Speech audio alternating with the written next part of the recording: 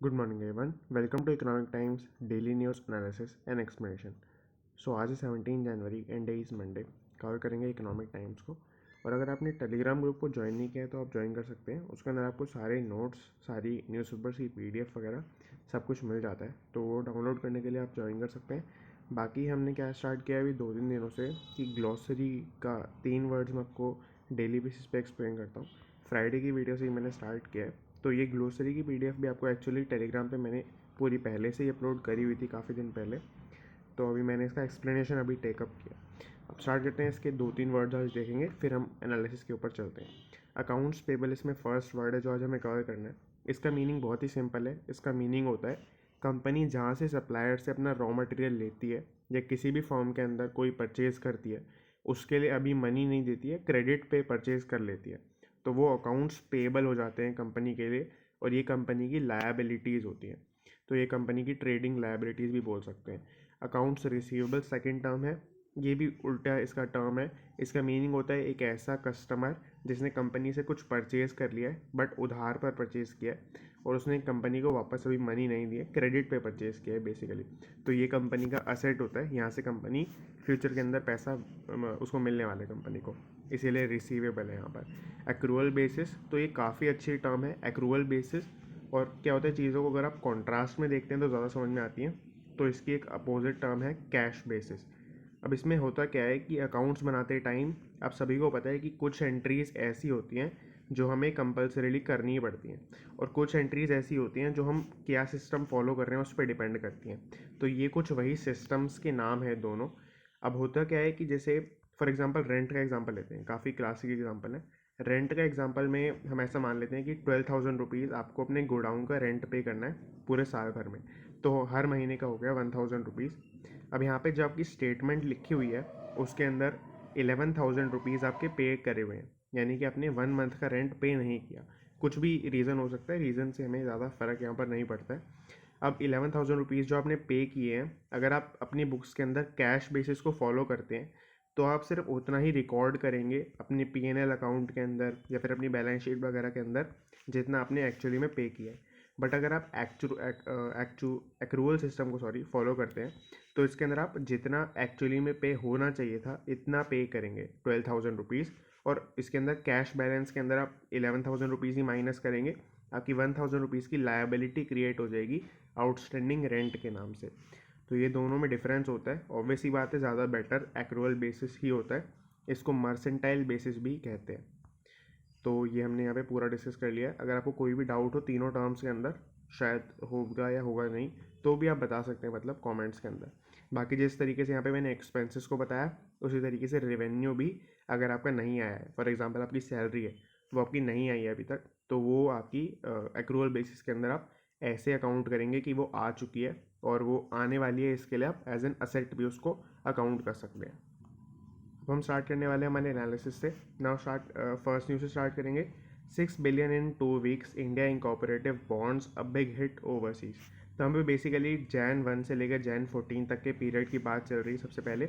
अब इसके अंदर बोला ये गया है कि यहाँ पर इंडिया इनकॉर्पोरेटिव अगेन मैंने आपको बताया हुआ है, इसके अंदर आपकी सारी लगभग कंपनीज़ आती हैं जो भी इंडिया के अंदर बिजनेस करती हैं, और आपकी गवर्नमेंट कंपनीज़ वगैरह सब कुछ इसके अंदर बेसिकली आता है।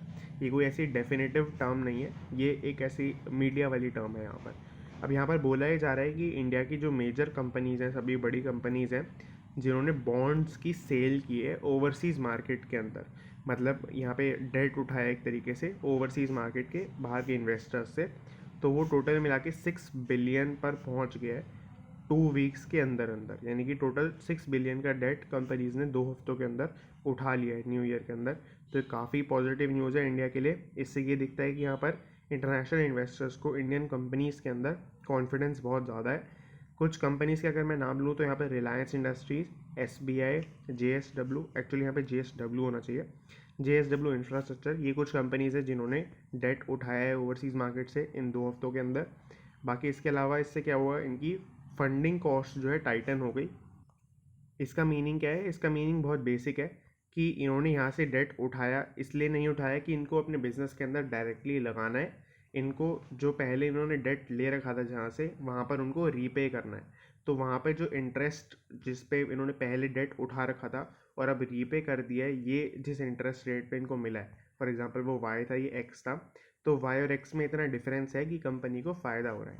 फॉर एग्जांपल पहले कंपनी को डेट मिला हुआ था 10% के ऊपर, अभी कंपनी को अगर 9.5% पर भी अपना डेट यहाँ पर मिल जाता है, क्योंकि इन्वेस्टर्स के अंदर कॉन्फिडेंस बहुत ज़्यादा है, तो वो अपने इंटरेस्ट को थोड़ा कम भी कर सकते हैं, क्योंकि आपकी एक तरीके से सप्लाई मनी की बहुत ज़्यादा चल रही है।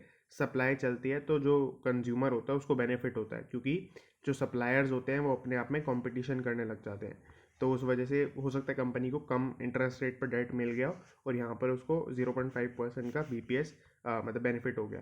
तो ये फंडिंग कॉस्ट का ही बेनिफिट इसको बोल सकते हैं। बाकी इसके अलावा जितना बेनिफिट हुआ है वो एवरेज है 30 to 35 BPS। BPS का मीनिंग मैंने आपको काफ़ी बार बताया है। एक BPS का मीनिंग होता है 1 BPS इज इक्वल टू होता है 0.01%, या फिर आप कह सकते हैं कि 100 BPS मिल करके 1% बनाते हैं। तो ये 30 to 35 BPS बेसिकली हुआ 0.3% टू 0.35%। तो आई होप आपको ये पूरी न्यूज़ क्लियर हो गई होगी। इसके अंदर ऐसा कोई ज़्यादा बड़ी इसके अंदर बाकी न्यूज़ नहीं थी। बाकी इससे रिलेटेड एक और यहाँ पे डाउट पूछा गया था कि यहाँ पर कोई भी कंपनी, जो बड़ी बड़ी कंपनीज भी हैं जैसे रिलायंस भी है, तो वो भी डेट क्यों रेज करती है। ये काफ़ी एक अच्छा क्वेश्चन है। इसका बेसिक आंसर तो यही होता है कि यहाँ पर उनको इंटरेस्ट का बेनिफिट मिल जाता है। बट मैं इसको थोड़ा सा अगर अच्छे से टेकअप करूँगा तो मेरे को थोड़ा टाइम लगेगा उसके लिए, तो मैं वो कल टेकअप कर लूँगा। ये एक्चुअली कॉमेंट्स के अंदर ही डाउट आया था, तो मैंने इसलिए यहाँ पर थोड़ा डिस्कस कर लिया। Brands innings with king Kohli is likely to continue. तो आप सभी को पता है कि कोहली जी ने क्या कर दिया है, अपनी जो टेस्ट क्रिकेट की कैप्टनसी होती है उनको लीव कर दिया है।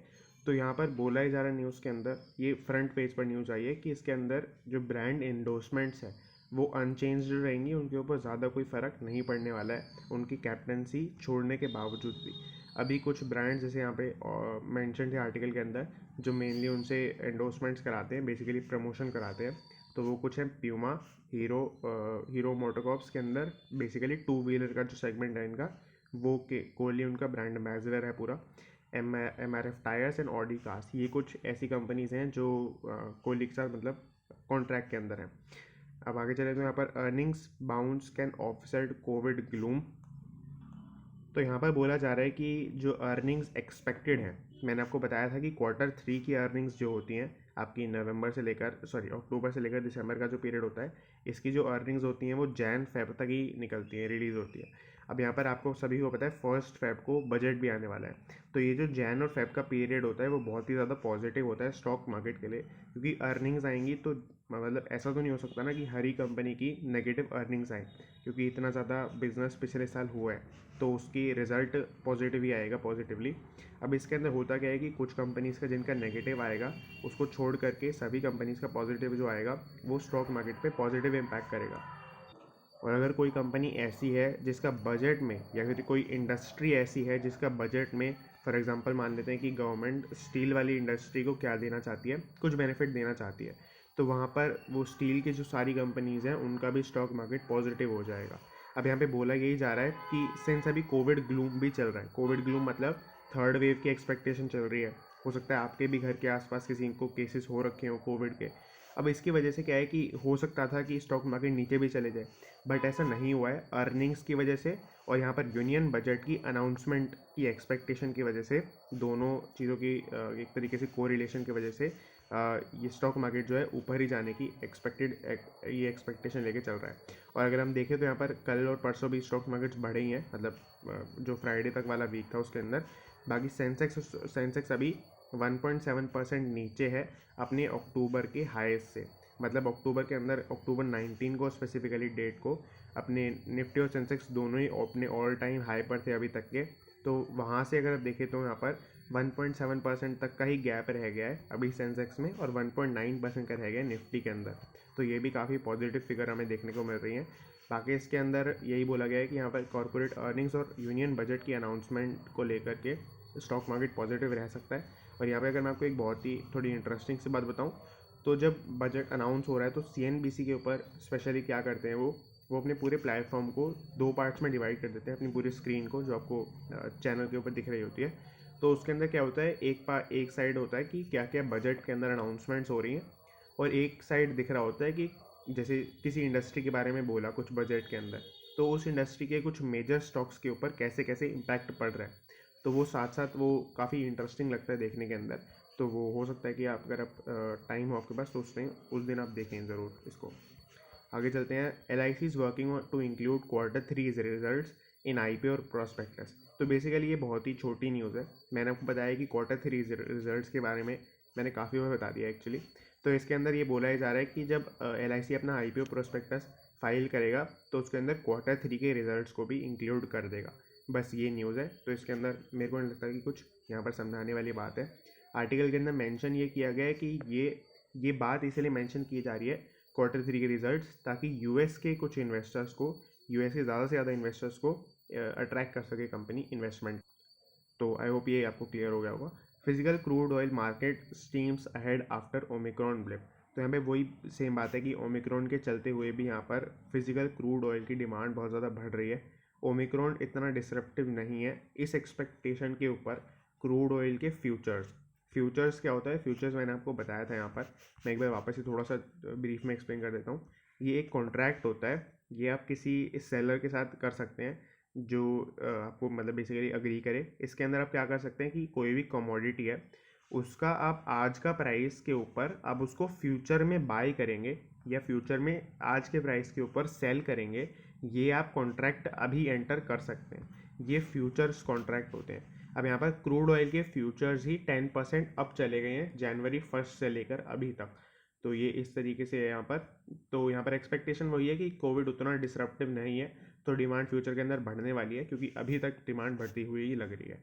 अब यहाँ पर फ्यूचर्स ऐसा नहीं होता कि अगर कोई कमोडिटी खुद उसके प्राइसेस गिर रहे हैं और उसके फ्यूचर्स बढ़ रहे हैं। कमोडिटी के प्राइसेस भी बढ़ ही रहे होते हैं जनरली अगर फ्यूचर्स के प्राइसेस बढ़ रहे होते हैं। अब यहाँ पर WTI और ब्रेंट ये दो वेराइटीज़ हैं जिसका बेसिकली क्रूड ऑयल के अंदर मेन सबसे टॉप वेराइटीज़ है, और ट्रेडिंग के अंदर कम से कम यही दो वेराइटीज़ का नाम लिया जाता है। अब मैंने यहाँ पे कुछ टेक्निकल डिफरेंसेस वाले पॉइंट लिखे हुए हैं WTI और ब्रेंट के बारे में। अच्छा, पहले WTI का मीनिंग होता है वर्ल्ड टेक्सास इंटरनेशनल। तो इसके अंदर वेस्ट टेक्सास इंटरनेशनल। इसके अंदर क्या है, WTI की क्वालिटी हाई मानी जाती है ब्रेंट से, और इसका प्राइस भी ब्रेंट से कम है। तो वही सेम पॉइंट्स यहाँ पे भी लिखे हुए हैं कि क्वालिटी इसकी WTI से कम मानी जाती है और इसके प्राइसेस WTI से ज़्यादा है। तो बेसिकली यहाँ पर पॉइंट ये है कि ट्रेडिंग के अंदर ब्रेंट ज़्यादा आता है और ट्रेडिंग के अंदर अवेलेबिलिटी ब्रेंट की ज़्यादा रहती है, और यूएस के अंदर स्पेसिफिकली WTI चलता है। तो मतलब ग्लोबली ब्रेंट की ज़्यादा पॉपुलैरिटी है, या आप कह सकते हैं कि ग्लोबली ज़्यादा सप्लाई है इसकी, इसीलिए यहाँ पर इसके दोनों फैक्टर्स अपोजिट हैं। जो एक्चुअली में अगर क्वालिटी कम होती है तो प्राइसेस भी कम होने चाहिए थे, बट वो अपोजिट हैं और इतने भी ज़्यादा प्राइसेस के अंदर कोई डिफरेंस नहीं है। API एक टेक्निकल टर्म है इसके अंदर, जो जितनी ज़्यादा हो एक ऑयल के अंदर उतना अच्छा है। या फिर ऐसे भी हो सकता है कि किसी किसी पर्पज़ के लिए किसी स्पेसिफिक API का ऑयल ही यूज़ आता हो, बट जनरली देखें तो यहाँ पर जितना API उतना पॉजिटिव रहता है। तो API इसका 39.6 है और इसका 38.06 है। बाकी इसके अंदर इसका स्वीटर टेस्ट माना जाता है। तो ये हमने पूरा थोड़ा सा ब्रीफ देख लिया है इन दो इंडेक्सेस का। अब यहाँ पे देखें तो आगे, अब ये थोड़ी सी कॉम्प्लेक्स न्यूज़ है इसके अंदर। Global banks handling FPI trades approach RBI as T+1 regime. अब इसके अंदर बोला ही जा रहा है कि जो ग्लोबल बैंक्स हैं जो आपके FPI ट्रेड्स को हैंडल करते हैं। FPI ट्रेड्स होते कैसे हैं पहले ये समझते हैं। FPI होता है फॉरेन पोर्टफोलियो इन्वेस्टमेंट। इसके अंदर कोई पर्सन, बहुत ही बेसिक में एग्जांपल लूँ तो जैसे फॉर एग्जांपल यूएस का कोई पर्सन अगर रिलायंस के शेयर्स खरीदता है तो वो एक एग्जांपल हुआ FPI का। उसके अंदर कंट्रोल नहीं आ जाता उस पर्सन इन्वेस्टर के पास रिलायंस का, बट हाँ ओनरशिप आ जाती है इसके अंदर। अब यहाँ पर कैसे होता है FPI बाहर की कंट्रीज से इंडिया के अंदर, तो यहाँ पर FPI के जो इन्वेस्टर्स होते हैं वो हर बैंक को अप्रोच करते हैं। या हम अभी के लिए एक बैंक का एग्जांपल लेते हैं, तो वो मान लेते हैं सारे इन्वेस्टर्स एक ही बैंक के पास अप्रोच करते हैं और वो उनकी वेबसाइट के ऊपर या किसी भी चीज़ के ऊपर उनको ट्रेड अपना सबमिट कर देते हैं कि हमें ये ट्रेड इतने प्राइसेस के ऊपर कोट करना है। अब यहाँ पर वो जो सारा बैंक है वो हो सकता है इसकी खुद की बैंक की एक और ब्रांच हो इंडिया के अंदर, और दूसरा हो सकता है कि कोई दूसरा ही बैंक हो जिसके साथ टाइप कर रखा हो। तो वहाँ पर वो सारा मनी सप्लाई करेगा सारे ट्रेड के ऑर्डर्स के साथ, और वो उस तरीके से काम करेगा। अब यहाँ पर जो बैंक के पास मनी आई वो डॉलर्स में आई है अभी के लिए।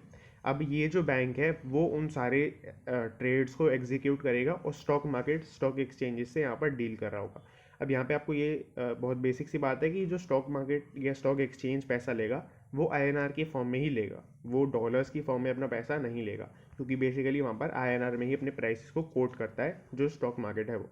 अब यहाँ पे होता क्या है कि यहाँ पर एक्सचेंज करते टाइम ये जो यहाँ पे बेसिकली कन्वर्जन की रिक्वायरमेंट पड़ गई, क्योंकि बाहर से लोग तो डॉलर्स के अंदर या और किसी करेंसी के अंदर, युआन के अंदर, किसी भी यूरो वगैरह के अंदर इन्वेस्टमेंट कर रहे हैं, बट यहाँ पर जो स्टॉक मार्केट है उसको तो आईएनआर के अंदर पैसा चाहिए, तो वहाँ पर कन्वर्जन की रिक्वायरमेंट है। तो मेन पॉइंट पूरी न्यूज़ का यहीं पर आके अटकता है कि कन्वर्जन की रिक्वायरमेंट पड़ती है। एक बार मैं आपको वापस एक बार न्यूज़ के ऊपर लेके चलता हूँ। न्यूज़ के अंदर अब बोला ये जा रहा है, जो मेन मैटर है वो ये है कि T+1 रेजाइम आ रहा है। T+1 साइकिल के अंदर क्या होता है, आपका ये ट्रेड एग्जीक्यूशन में कितना टाइम लगेगा इसका ये फैक्टर है। इसके अंदर मीनिंग होता है ट्रेडिंग डे प्लस 1 डे। जिस दिन आपने ट्रेड किया उसके एक दिन पूरा वो अगला दिन, और उसके नेक्स्ट डे आपको सुबह सुबह अपने शेयर्स आपके डीमैट अकाउंट के अंदर मिल जाते हैं। ऐसा नहीं होता है कि आपने आज ही शेयर बाय किए तो आपको आज ही शेयर मिल जाते हैं। वो उसकी एंट्री होने में स्टॉक एक्सचेंज के पास थोड़ा टाइम लगता है, और मतलब बेसिकली पूरा ट्रेड एग्जीक्यूट होने में टाइम लगता है। तो वो उसके बाद आपके जो शेयर्स हैं वो T+1 डे के बाद आपके इसके अंदर आ जाएंगे। और T+1 ये अभी चालू होने वाला है, अभी T+2 ही चल रहा है। अभी आपके 2 दिन के बाद आते हैं आपके शेयर्स आपके डीमैट अकाउंट के अंदर एक्चुअली। तो वो इस तरीके से होता है T+1 साइकिल के अंदर। Feb 25 से स्टार्ट होने वाली है T+1 की साइकिल जो है।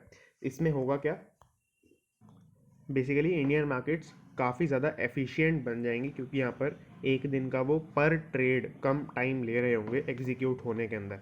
तो वो काफ़ी एक बड़ा चेंज भी है, और स्टॉक एक्सचेंजेस वगैरह को काफ़ी टेक्निकल रिक्वायरमेंट इसके लिए फुलफिल करनी पड़ी होंगी। अब यहाँ पे होता क्या है, इसमें हुआ क्या, जब T+2 का ऑर्डर चलता था, सिस्टम चलता था, तो उसके अंदर जो FPI के इन्वेस्टर्स हैं वो यहाँ पर जो ऑर्डर प्लेस कर रहे हैं स्टॉक मार्केट के साथ, वो क्योंकि मॉर्निंग आवर्स में ही स्टॉक मार्केट खुला होता है, तो वो मॉर्निंग आवर्स में प्लेस कर सकते थे। तो उसके बाद वो मॉर्निंग आवर में प्लेस करेंगे, अगर वो अप्रूव हो जाता है तो उसके बाद ही तो वो अपनी फॉरेन एक्सचेंज को कन्वर्ट कराएंगे।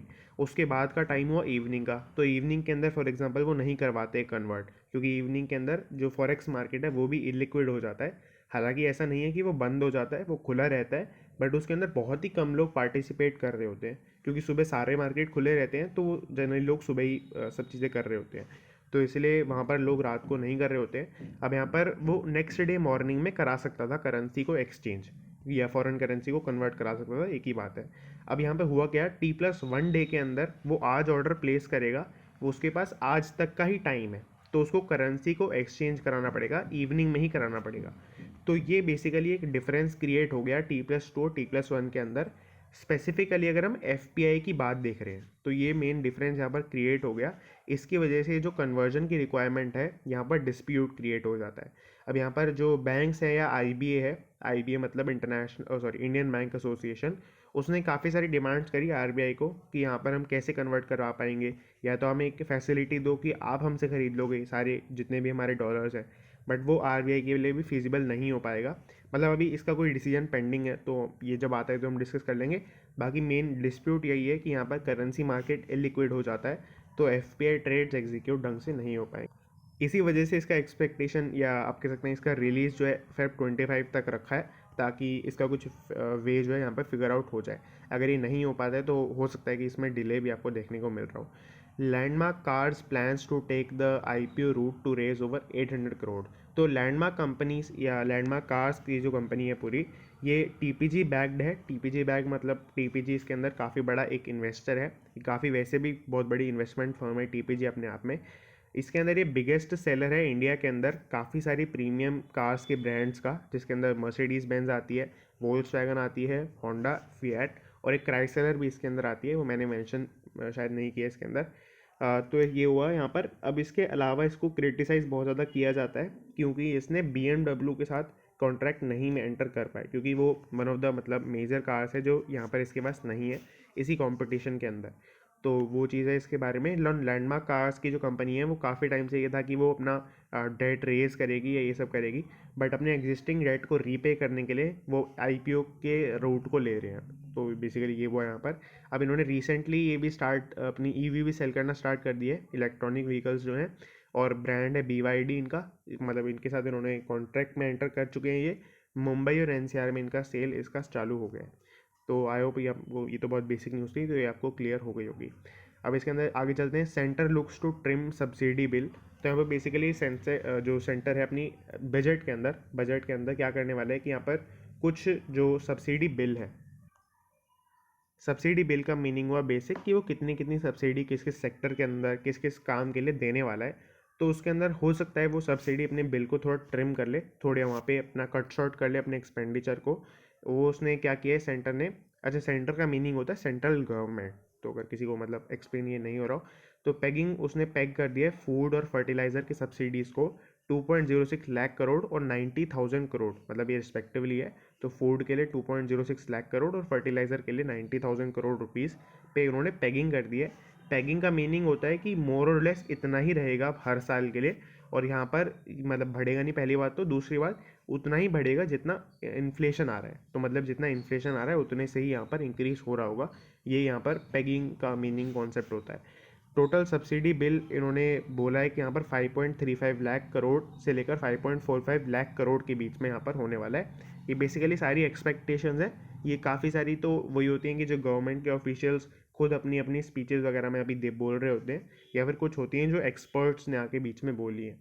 तो वो यहाँ पर मेरे को आई होप क्लियर होगा। बाकी इसके अलावा skill loan scheme set for overhaul. तो यहाँ पर स्किल लोन स्कीम के अंदर बेसिक बात ये होती है कि अगर आप कोई स्किल परस्यू करना चाहते हैं तो गवर्नमेंट आपको बहुत ही कम इंटरेस्ट रेट्स वगैरह पे और काफ़ी एक रीपेमेंट शेड्यूल जो इसका होता है वो भी रिलैक्स्ड होता है, तो उसके ऊपर आपको एक लोन प्रोवाइड करती है। और इसके अंदर ये 6 साल पहले स्कीम रिलीज़ हुई थी। मैं अगर आपको इसका थोड़ा सा वैसे बैकग्राउंड दूँ तो मेरे को थोड़ा डेटा एक्चुअली इसका याद ही है। तो 6 साल पहले ये स्कीम रिलीज़ हुई थी। 6,000 के करीब लोग इसमें अभी बेनिफिट उठा चुके हैं, और 63.37 करोड़ रुपीज़ का एक्चुअली इसमें पूरा लोन अमाउंट या भी डिसबर्स कर चुके हैं, मतलब दे चुके हैं लोगों को। अप्रॉक्सीमेटली 1 पॉइंट समथिंग लाख का लोन पर पर्सन आप ऑफ एवरेज मान सकते हैं इसके अंदर। बाकी स्किल लोन स्कीम के अंदर ये जो एक्सपेक्टेड परफॉर्मेंस है इससे बहुत ही कम माना गया है, क्योंकि ऑब्वियसली बात है स्किल की एक पूरी मिनिस्ट्री है इंडियन गवर्नमेंट के अंदर, तो वो 6 साल के अंदर इतने ही का ही लोन दे पाई। और ये काफ़ी मतलब एक तरीके से ख़राब परफॉर्मेंस का अंदेशा है एक तरीके से। अब बाकी इन्होंने अब क्या किया है कि अब कुछ एडिशनल बेनिफिट्स इन्होंने ऑफर करने स्टार्ट करे हैं, या करने वाले हैं कहना चाहिए बजट के अंदर, ताकि ऑब्वियसली बात है इसको थोड़ा और प्रमोट कर सकें। इन्होंने कुछ जैसे benefits lower interest rate provide करने की बात की है। इसके अंदर बात की है इन्होंने रिलैक्सेशन इन रीपेमेंट शेड्यूल, जो पहले ही काफ़ी ज़्यादा इसका वो होता है कि मतलब एक इजी रीपेमेंट शेड्यूल जिसको बोला जाएगा वो होता है, उसके बावजूद भी इन्होंने और रिलैक्स करने की बात की है इसके अंदर। बाकी इन्होंने ये भी बोला है कि एलिजिबिलिटी के अंदर भी रिलैक्सेशन करेंगे। तो यहाँ पर यही है कि जब टारगेट मीट नहीं होता है तो थोड़े और क्राइटेरिया को ईजी करना ही पड़ता है, तो वो यहाँ पर करा जा रहा है। मैंने सेकंड पॉइंट के अंदर भी यही बात लिखी है कि not a good response till now. तो आई होप आपको ये पूरी न्यूज़ क्लियर होगी। अप्रैल 2022 के अंदर स्किल की जो लोन स्कीम नई वाली है ये सारे बेनिफिट्स के साथ ये अनाउंस होने वाली है। तो आई होप ये आपको सारी चीज़ क्लियर हो गई होगी। अगर आपको कोई भी डाउट है तो आप कमेंट कर सकते हैं, या फिर आप टेलीग्राम ग्रुप के अंदर भी मुझे लिख सकते हैं। और मैं छोटी सी एक प्रमोशन कह लो, कुछ भी कह लो, वो करना चाह रहा हूँ यहाँ पर। अगर आपको ये भी जो एनालिसिस की पूरी वीडियोज़ है ये इंग्लिश के अंदर चाहिए तो आप मुझे पर्सनली पिंग कर सकते हैं टेलीग्राम के ऊपर। मैं अपना पर्सनल चैट का लिंक भी नीचे दे दूँगा, तो उसके अंदर वो मतलब उसकी कॉस्ट है तो मैं आपको सारी चीज़ें उसके ऊपर ही बता दूँगा। So that's it and thanks for watching.